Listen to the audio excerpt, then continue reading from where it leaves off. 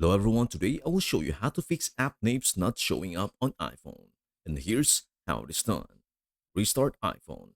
Reboot to clear glitches. Turn off zoom.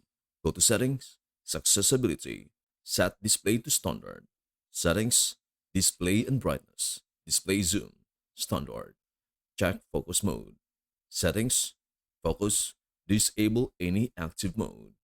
Remove custom icons. If using shortcuts or themes, revert to original icons. Reset home screen layout. Settings.